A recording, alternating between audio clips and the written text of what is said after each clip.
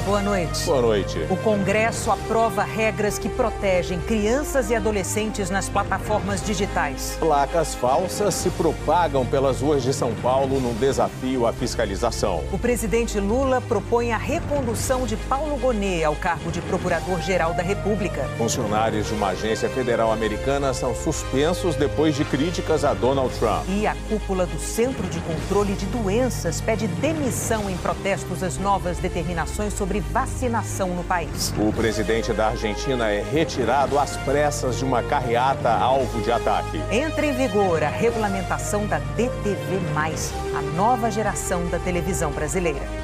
Agora no Jornal Nacional.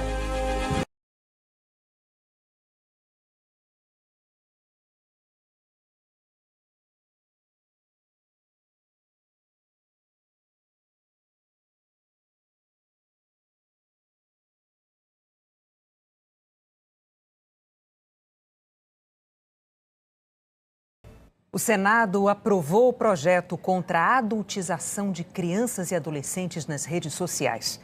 O texto segue agora para a sanção do presidente Lula. O texto foi aprovado com voto simbólico e amplo apoio de senadores, governistas e de oposição. Depois do ECA, depois do Pacto pela Infância, este é o maior pacto pela criança que o Congresso Nacional está entregando nos últimos 30 anos. E é um pacto que envolveu muita gente. A sociedade debateu. O projeto é de 22. Todo mundo debateu. 53 reuniões o relator fez lá na Câmara. Todo mundo teve a oportunidade. Então, hoje a gente entrega para o Brasil um pacto pela infância. Agora o projeto vai para a sanção do presidente Lula. Apresentado em 2022 pelo senador Alessandro Vieira, do MDB, a proposta do Estatuto Digital da Criança e do Adolescente ganhou prioridade depois do debate provocado pelas denúncias do influencer Felca, que no início do mês mostrou abusos e exploração na internet. O texto aprovado estabelece que redes sociais, aplicativos e empresas de jogos na internet devem garantir a proteção de crianças e adolescentes, incluindo medidas contra intimidação, ameaças, exploração e abuso. Assim, fornecedores de conteúdo impróprio para menores de 18 anos terão que adotar medidas eficazes para impedir acesso de crianças e adolescentes. E a verificação da idade dos usuários não poderá mais ser feita apenas por autodeclaração. As redes sociais serão obrigadas a oferecer ferramentas para que as contas de menores de 16 anos fiquem vinculadas às contas dos pais ou responsáveis e que eles possam supervisionar o conteúdo acessado pelos filhos. O projeto determina que os provedores deverão remover qualquer conteúdo que viole os direitos de crianças e adolescentes assim que receberem uma denúncia, sem a necessidade de aguardar por uma ordem judicial. Mas uma mudança feita na Câmara e mantida aqui no Senado estabeleceu que apenas as vítimas, seus responsáveis, o Ministério Público e entidades de defesa de crianças e adolescentes poderão fazer a notificação de denúncia. Em caso de descumprimento da lei, as plataformas e responsáveis pelos menores devem ser punidos com advertência e multa de até 50 milhões de reais. Temos diante de nós um conjunto de regras robusto, capaz de garantir às crianças e aos adolescentes que acessam ambientes virtuais os mesmos direitos e proteções existentes no mundo real. Vivemos uma situação insustentável, com denúncias diárias de abusos e violências, enquanto esbarramos em inúmeros obstáculos para proteger esse público. A Comissão de Constituição e Justiça do Senado aprovou hoje um projeto que proíbe a fiança para crimes ligados à pedofilia. Pelo texto, ficam definidos como inafiançáveis crimes como corrupção de menores, aliciamento de crianças e adolescentes para fins sexuais e qualquer tipo de venda, divulgação, aquisição ou armazenamento de pornografia infantil. A votação foi em caráter terminativo, ou seja, se não forem apresentados recursos, esse projeto segue direto para a Câmara sem precisar passar pelo plenário do Senado. A tecnologia ajudou a revelar uma fraude que circulava despercebida pelas ruas de São Paulo. A olho nu é difícil perceber. A descoberta foi feita pelas câmeras de vigilância da Prefeitura de São Paulo. As imagens foram analisadas por um programa de inteligência artificial que deu o alerta. Entre junho e julho deste ano, foram 11 mil registros de placas adulteradas nas ruas da cidade. E o mais surpreendente, cerca de 9 mil tinham a mesma combinação, em motos diferentes. As investigações mostraram que ela estava sendo vendida pela internet como placa decorativa. Agora, a Polícia Paulista tenta identificar quem vendeu e quem comprou. O uso da tecnologia está ajudando a registrar as fraudes, mas um grande desafio ainda é identificar e localizar os responsáveis. Apesar do grande número de flagrantes, apenas 15 motos foram apreendidas no mesmo período. Segundo a Prefeitura, uma mudança nas regras de emplacamento no país está facilitando a vida dos criminosos. É que até 2020 as placas eram fixadas com lacres como este, com uma peça de plástico numerada e presa com arames. Agora elas são apenas parafusadas e podem ser trocadas sem deixar indícios de fraude. A Prefeitura de São Paulo já pediu ao Ministério dos Transportes que os lacres voltem a ser obrigatórios. Isso daria mais integridade e autenticidade a essas placas, né? A pessoa teria que ir até o Detran e colocar uma placa fixa, que é o que não acontece hoje. É evidente que tem criminosos que utilizam desse subterfúgio para poder circular livremente na cidade. O Ministério dos Transportes disse que analisa a volta dos lacres metálicos e que avalia a efetividade da medida contra as falsificações. Este especialista em trânsito diz que lacres não resolvem o problema, porque também podem ser fraudados.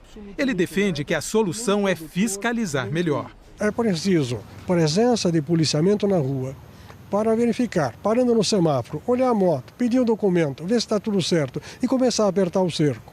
Porque só exigir daquela parcela da população que já paga tudo, que faz tudo direito, que tem agora mais lacre, mais isso e mais aquilo, você vai dar mais despesa e aquele que faz a coisa errada vai comprar um lacre falso, a placa falsa vai fazer a mesma coisa.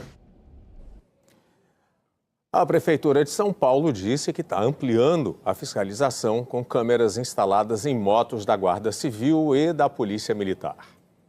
O Brasil nunca teve tanta gente trabalhando como entregador ou motorista de aplicativo. Volta dos lacres metálicos e que avalia a efetividade da medida contra as falsificações. Este especialista em trânsito diz que lacres não resolvem o problema, porque também podem ser fraudados.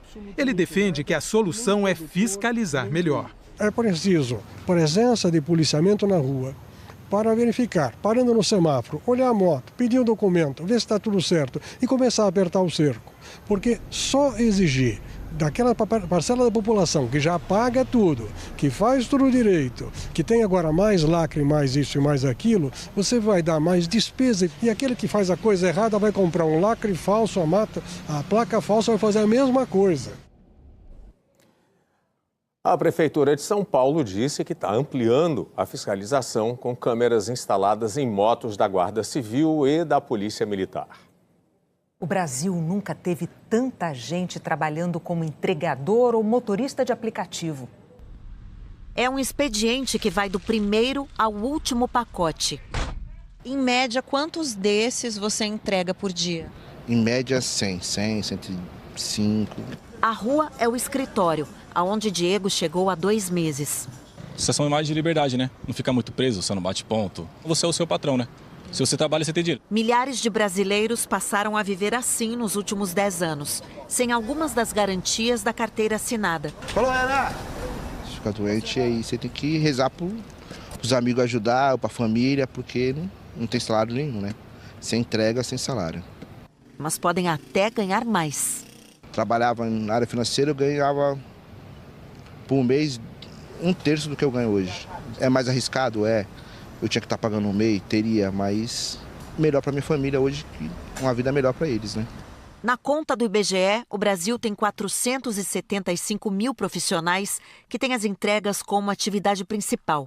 350 mil sem CNPJ, informais.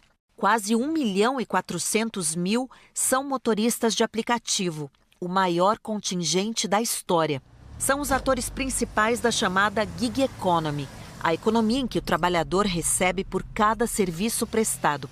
Tarefas pontuais, temporárias ou independentes, mediadas quase sempre por aplicativos. Uma solução rápida, diz o economista Bruno Imaizumi. Antes da gig economy, se ela tivesse desocupada, ela não conseguiria se ocupar tão facilmente, né? Então, você com algumas habilidades hoje, você consegue se cadastrar em aplicativos de empresas e já está realizando serviços e conseguir uma renda ali de curto, médio prazo. É um fenômeno no Brasil que ajuda a explicar o nível baixo de desemprego e o ritmo acelerado da atividade econômica, porque representa trabalho para um grupo de profissionais que poderia ter dificuldade de se manter no mercado formal, segundo economistas. É o que explica a professora de economia do INSPER, Juliana Inhas Kessler. A gente vê um grande aumento de pessoas que antes estavam fora do mercado, porque em crises econômicas perderam o emprego, perderam alocações no mercado tanto formal quanto informal, ou que precisaram ir trabalhar, tinham qualificação um pouco mais baixa. E a gente viu essas pessoas voltando ao mercado de trabalho em alocações que são mais flexíveis, que permitem, inclusive, que você meio que customize, personalize o seu modo de trabalho. Diego até estava empregado, mas trocou o supermercado pela moto. A hora que você quer vir trabalhar, você trabalha, a hora que você quiser ir embora, você vai. Mas trabalha bastante. Trabalha bastante. Em julho, o Brasil gerou um saldo de mais de 129 mil novas vagas com carteira assinada. 32% menos do que no mesmo período do ano passado. De janeiro a julho, foram mais de 1.300.000 postos formais de trabalhos criados.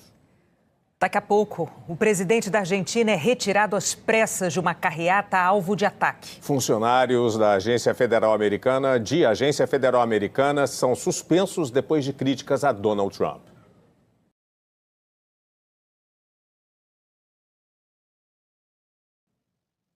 A cúpula do Centro de Controle de Doenças dos Estados Unidos pediu demissão hoje por causa da política de vacinação da Casa Branca. Já um grupo de funcionários da Agência Federal de Desastres foi afastado depois de assinar uma carta com críticas ao presidente Donald Trump. Na carta, os funcionários alertaram que o funcionamento da agência está em risco, o que deixa o país despreparado para enfrentar emergências como a tragédia do furacão Katrina, que devastou Nova Orleans 20 anos atrás. Criticaram a perda de autonomia, a falta de qualificação de quem está no comando da FEMA, o corte de recursos e programas e a demissão de servidores. Eles terminaram a carta pedindo aos parlamentares proteção contra demissões politicamente motivadas. A carta encaminhada ao Congresso americano tinha 191 assinaturas, mas só 35 pessoas incluíram o nome completo. A grande maioria preferiu preservar a identidade com medo de uma retaliação. E ela veio. Muitos do que se identificaram publicamente receberam um e-mail ontem à noite. Era a Agência Federal de Gestão de Emergências, a FEMA, informando que eles estavam sendo colocados em licença administrativa remunerada, com efeito imediato e até novo aviso, sem explicar o motivo. A retaliação a funcionários da FEMA não é um capítulo novo nesse segundo mandato de Donald Trump. Desde que tomou posse, o presidente tem assinado medidas para aumentar a ingerência dele sobre as agências, esvaziando as funções de muitas delas e testando os limites do poder presidencial. Os questionamentos chegaram à Suprema Corte, que deu sinal verde para que a Casa Branca seguisse com a reestruturação das agências. Trump demitiu cerca de 600 funcionários do Serviço Nacional de Meteorologia, bem num ano marcado por tempestades, como a que deixou mais de 130 mortos no Texas em julho. Trump também fechou a USAID, agência com 10 mil funcionários que levavam ajuda humanitária e programas de desenvolvimento a outros países.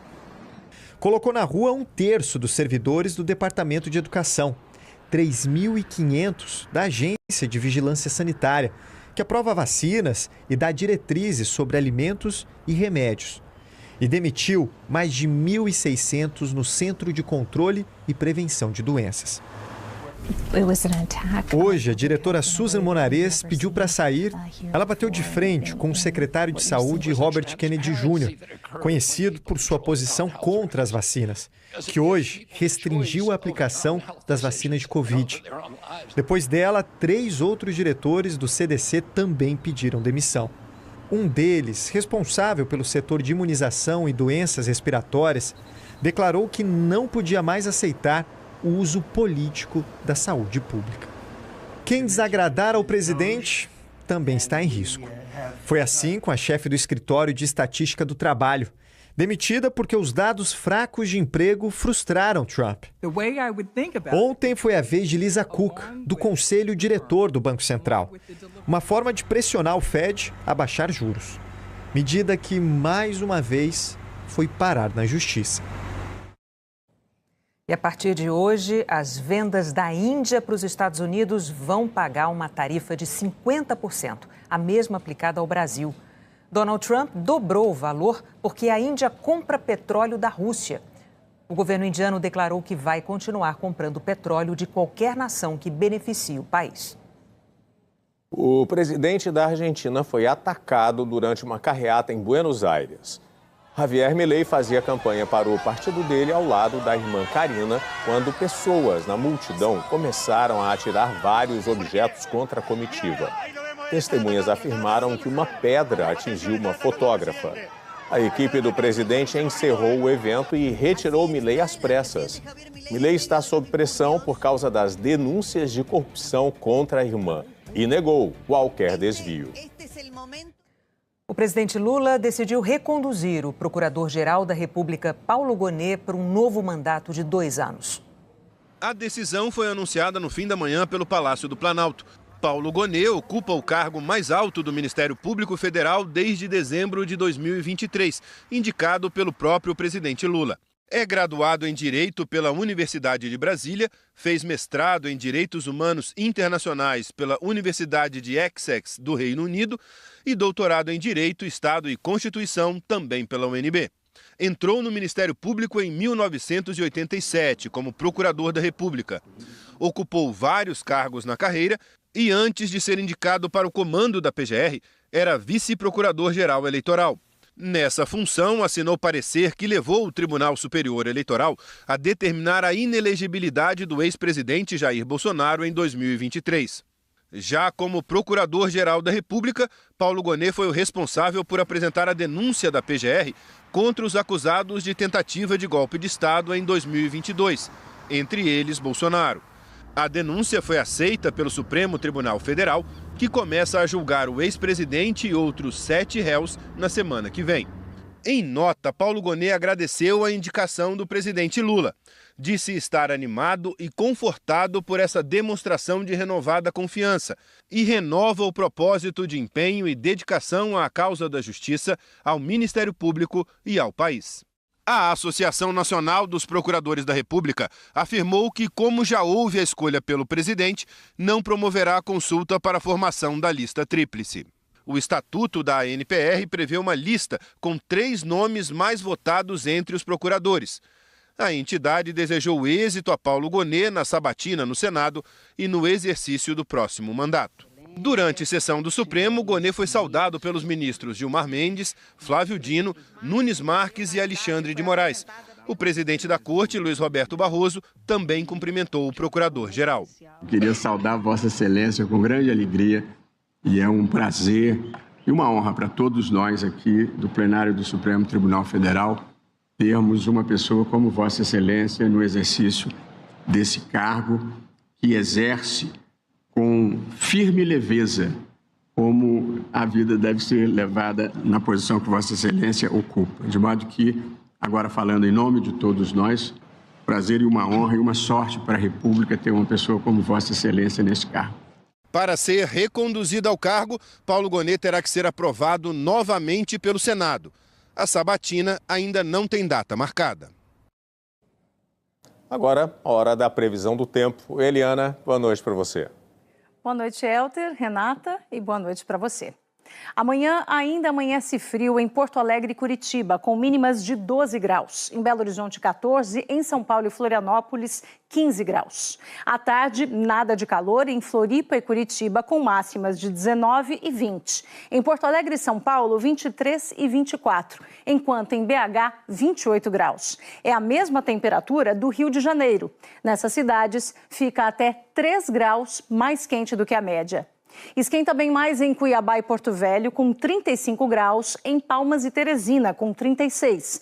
Todas com previsão de sol o dia todo. E o ar fica seco do interior do Nordeste ao Tocantins e também de Minas Gerais a Goiás, Mato Grosso, Rondônia e Acre. Nas áreas em verde, tem possibilidade de chover, com pancadas rápidas no leste de Santa Catarina.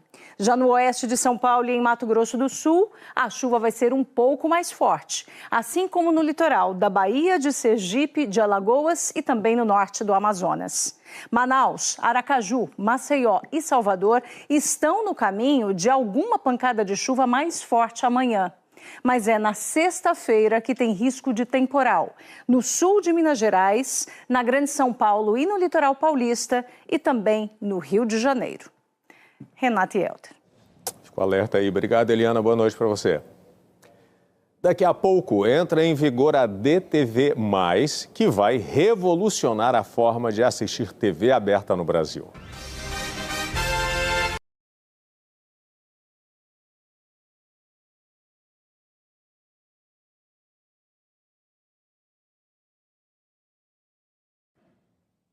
O tenista João Fonseca foi eliminado na segunda rodada do Aberto dos Estados Unidos. João Fonseca enfrentou o tcheco Tomáš Machač, 22º do ranking mundial. O primeiro set foi muito equilibrado, com lindas jogadas. Mas no tie-break para desempatar, Machač errou menos e venceu. No segundo set, o cenário de equilíbrio mudou. Enquanto o tcheco continuou bem, João Fonseca passou a errar mais. Tomáš Machač venceu o segundo set por 6-2 e o terceiro por 6-3, sem que o brasileiro de 19 anos conseguisse reagir. Foi mais mérito dele hoje do que demérito meu, mas, enfim, vivendo, aprendendo, feliz com a oportunidade de estar jogando mais uma vez com um jogador de altíssimo nível. O Aberto dos Estados Unidos foi apenas o quarto Grand Slam da carreira do João Fonseca, que neste momento ocupa a posição de número 45 do ranking. Apesar do crescimento rápido neste primeiro ano como tenista profissional, a temporada vem sendo mais de ensinamentos do que de conquistas. Vai um João muito mais maduro para o ano que vem, com muita mais maturidade. Tomara. O Sport TV 3 transmite o Aberto de Tênis dos Estados Unidos amanhã. A vez da Bia Haddad jogar a segunda rodada. E daqui a pouco, depois de Vale Tudo, tem quartas de final da Copa do Brasil aqui na Globo. Luiz Roberto, boa noite para você. Oi, Renata. Boa noite, Helder. Boa noite a todos. Quartas de final da Copa do Brasil, a Copa dos Clássicos. E aqui em São Januário, o chamado Clássico da Amizade. Há mais de 100 anos esse clássico acontece e as torcidas se entendem bem. Precisamos de paz, né? E a galera vai chegando aqui em São Januário para este Vasco e Botafogo. É a 37ª edição da Copa do Brasil e nesses anos todos eles só se enfrentaram por essa competição uma vez, em 2020, e o Botafogo acabou se classificando. Delegações desembarcaram agora há pouco aqui em São Januário. Você vê o Fernando Diniz, o técnico do Vasco, muito pressionado depois de perder para o Corinthians aqui por 3-2. Conta com o Verratti, artilheiro do Brasil, com 23 gols, com o talento do Felipe Coutinho, que é o cara que cria jogadas, com o menino Ryan. Do outro lado, o Botafogo também desembarcou. O técnico David Ancelotti, filho do técnico da seleção brasileira, conta com seu ataque, como por exemplo o Arthur Cabral, que é o centroavante desse time, que tem confirmados... Opa, caiu aí a pasta, Savarino. Cuidado para não quebrar o telefone. O venezuelano vai jogar como titular. O outro jogo desta noite acontece em Curitiba. Você vai vendo imagens lá do alto da Avenida Roberto Dinamite, entrada monumental aqui de São Januário. Mas vamos agora a Curitiba. Curitiba, na casa do Atlético Paranaense, o Atlético recebe o Corinthians. Veja como está linda a Arena da Baixada. Esse jogo é jogo de ida. As delegações também chegaram agora há pouco. Expectativa de mais de 25 mil pessoas. O Atlético, que já foi campeão da Copa do Brasil. O Corinthians, que é tricampeão, conta com o Memphis Depay, quem sabe entrando durante o jogo, né, Dorival Júnior? Delegação do Furacão também chegou lá em Curitiba para o jogo desta noite. São 2 grandes jogos, logo depois de Vale Tudo. Chegamos com tudo com a Copa do Brasil. É isso, Elter, Renata. Valeu, Luiz Roberto. Boa transmissão, bom jogo para você. O presidente Lula assinou hoje o decreto que regulamenta a TV 3.0 ou a DTV+, que vai revolucionar a forma de o brasileiro assistir a TV aberta já a partir do ano que vem. A relação do telespectador com a TV está prestes a mudar.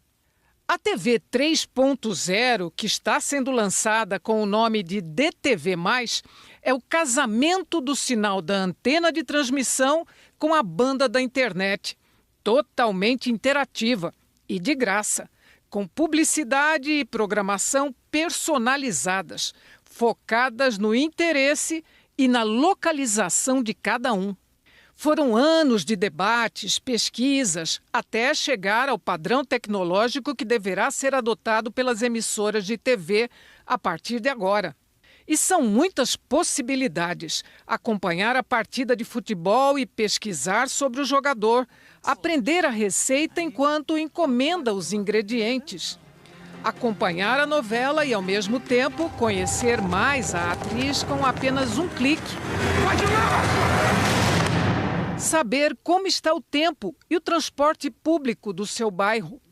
Um sinal que alcança a todos, em qualquer lugar, para o gosto e na medida de cada um. As especificações estão no decreto assinado hoje pelo presidente Lula. O presidente do Fórum do Sistema Brasileiro de Televisão Digital, Raimundo Barros, ressaltou que a tecnologia de transmissão recomendada será a ATSC 3.0, um dos sistemas de transmissão digital mais avançados do mundo. Canais tornam-se aplicativos que permitirá mais interatividade e personalização, como votações em tempo real, conteúdos estendidos, serviços de governo digital, alertas de emergência, novos recursos de acessibilidade, publicidade e conteúdos personalizados e até o e-commerce, que é a compra de produtos e serviços com controle remoto. O DTV+, a nova marca da TV 3.0, ela vai estar em posição de destaque nos televisores e controles remotos dos novos televisores dessa geração. E a transmissão ela é tão robusta que é possível receber os nossos conteúdos com uma antena interna ao aparelho do televisor. O ministro das Comunicações, Frederico de Siqueira Filho, disse que a troca da televisão não será de uma hora para outra. As diferentes tecnologias ainda vão andar juntas. Ninguém precisará trocar a televisão de uma hora para outra. A implantação será gratuita, com um período de convivência entre as duas tecnologias, TV digital, TV 3.0, por 10 a 15 anos, mas nesse período poderá ser prorrogado de acordo com a necessidade da evolução do projeto. Será uma migração escalonada a partir das grandes capitais. O serviço deve ser colocado em participação conjunta das TVs abertas. A previsão é que em 15 anos o sinal digital seja totalmente substituído. Executivos das principais emissoras do país participaram da cerimônia no Palácio do Planalto. O CEO da Record, Marcos Vinícius Vieira, destacou a oportunidade de novos negócios com a nova tecnologia. O decreto da TV 3.0 vai fazer com que a gente possa trazer negócios, atender o mercado de uma forma geral, mas também ao nosso público, ao nosso usuário final, que ele vai ter ali uma plataforma mais amigável em que ela vai poder navegar do mundo da TV aberta para o mundo digital com muito mais facilidade. A presidente do Conselho do Grupo Silvio Santos, Renata Bravanel, afirmou que o novo sistema é um marco de aproximação com o público. É um momento histórico para a TV, né? Um momento onde a gente avança em mais uma fronteira de interatividade, de conectividade com o nosso público. O nosso público vai poder interagir mais com a gente, participar mais, votar, se divertir junto com a gente e a gente vai poder estar mais próximo. O diretor-presidente da Globo, Paulo Marinho, disse que a expectativa é inaugurar o sistema já na Copa do Mundo ano que vem. É uma convergência entre o ambiente que conhecemos da radiodifusão com os meios digitais, né? Então, a gente vai proporcionar uma televisão mais interativa, mais personalizada, com muito mais qualidade e acho que um componente importante com uma interatividade bem maior com o consumidor. Teremos avanços ano após ano, então ano que vem nós já temos como objetivo lançar durante a Copa do Mundo e depois ela vai evoluindo, ganhando o país inteiro nos próximos anos. O Jornal da Globo é depois de Estrela da Casa. Boa noite. Ótima noite para você.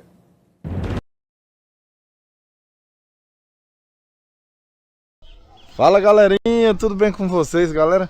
Tô com o rosto desse jeito aqui, galera, meio com o rosto como se eu tivesse sonâmbulo, porque a gripe me pegou e pegou daquele jeito, galerinha. Me pegou que não tá atrapalhando de eu dormir, né? Mas com aquele peito dolorido, galera. A gripe pegou firme mesmo. Pessoal, hoje vou mostrar pra vocês aqui a novidade que chegou aqui, galera, ó, no sítio, ó, pra ali. As pedras chegaram ontem, na verdade, né? Essas pedras aí eu comprei de um amigo que tinha retirado do quintal dele, né? Já tinha sido usada, mas está em perfeito estado. Aqui, ó, que é pra gente passar em volta, galera, da casa ali, porque o que estava acontecendo aqui, galera, o lado de cá não tem varanda, do lado esquerdo da casa, né? Então aí o que estava acontecendo era que quando chovia, a água caía no pé da parede. E aí, pessoal, se ficar caindo direto assim, eita, logo começa a rachar a parede, né? Porque encharca o pé da parede, com isso o terreno tem mais chance de ceder. E aí vem as rachaduras em seguida. Então, galera, eu fiz aqui o início, como eu mostrei para vocês em outro vídeo, ó. Fiz o início, né, varandinha pequena, então eu optei em fazer. Do outro lado ali da casa tem aquela varanda, então ali a água cai na calha, galera. Mas já esse lado aqui, o sol tá se pondo, então fica até um pouco mais difícil pra gente mostrar, ó. Mas ó, aqui ó, o telhado aqui é meio suruco, como a gente fala aqui, né, curto. E ó, a água caía aí no pé da parede. E aí, o que é que acontece? Com o tempo a gente começa a ter problema aí com rachadura. Então eu, pensando bem, né, e para fazer uma calçada fica caro. Para fazer a área também, né? Aí eu optei, ó, galera, deu até uma rachadurinha aqui, ó, e a gente consertou. Os terrenos aqui já não é muito lá essas coisas, né? Terreno muito arenoso, então a rachadura é quase que certa de ter. Então, para evitar isso acontecer, a gente vai fazer o calçado aqui. Vou girar a câmera aqui para vocês verem. Olha, aqui o telhadinho curtinho, galerinha, ó. Aí a água cai aqui, ó, bem no pé da parede, ó. Aqui é a parte do banheiro, ó. Aí a água cai aqui no pé da parede. Então a única forma que tem de evitar que a água não caia aí no pé da parede é uma calçadinha. Terra a gente bota, onde não precisa a gente nivela com a enxada, né? E molha e vem colocando as pedras. Então ali são 40 metros de pedra, galera. 160 pedras dessa daí, né? Ó, totalizando os 40 metros. Ó, 170 lajes dessa. Aí, galera, as lajinhas estão em perfeito estado, ó. Era pra gente ir trazendo aos poucos, né, no carro aí, em um reboque. Eu não tenho um reboque ainda, mas eu pensava em pegar um de um amigo. Mas quando eu fui calcular o peso disso aí, você acredita que nesses dois montes aqui de pedra, ó, essas duas pilhas, tem em média de mais de 2.000 quilos, galera, de tão pesado que é. Então pra gente trazer isso aí, tem que ser um carro resistente. Então aí eu chamei o meu amigo Leonardo. E aí o meu amigo Leonardo ajeitou com o caminhão aí e nós trouxemos pra cá, galera. E deu bom todo, ó. Aí agora eu gasto pouco cimento e, resumindo, eu mesmo faço o serviço ali, galera. Se fosse o passeio também, eu mesmo fazeria, né? Se fosse caso de puxar o piso. Mas para fazer o passeio, galera, ia ser mais trabalhoso. A gente ia ter que estar puxando terra dali, ó, arrastando pro canto lá e fazer a paredinha, né? Com tijolinho, então com a canaleta do passeio. E para encher de terra ia ser um baque danado, né? Aí então aí eu optei pelas pedras, né? E essas pedras aí, galera, quando você tá usando no canto, você muda de ideia e tira, ela serve para botar em outro, ó.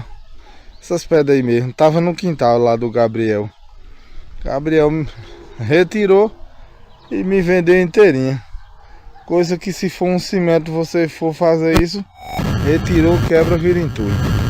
Resumindo, galera, o piso de cimento tem suas vantagens, né? Quando a gente bate um concreto, uma coisa, porque ele protege mais da infiltração do que pedra, mas para quintal fechado, né?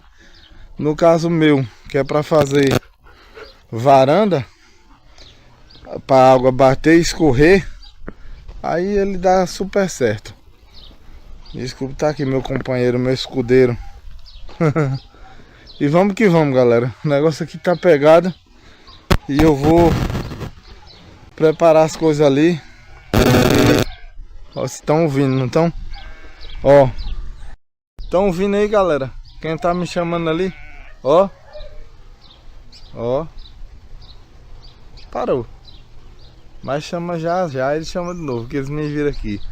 Tá na hora de botar a forragem, galera, a silagem aí pra eles. Pois é, rapaziada, fiquem com Deus. Amanhã tô de volta, viu? No mesmo horário, se Deus nos permitir. Ontem não deu pra postar nada, galera. Eu tava muito mal da gripe e tomei um xarope aí que dá um sono. Eu tava cambaleando de sono, né? Ia fazer uma live aí, mas não dei conta, que não tava aguentando nada. A gripe pegou pegado mesmo. Valeu, galera, fica com Deus.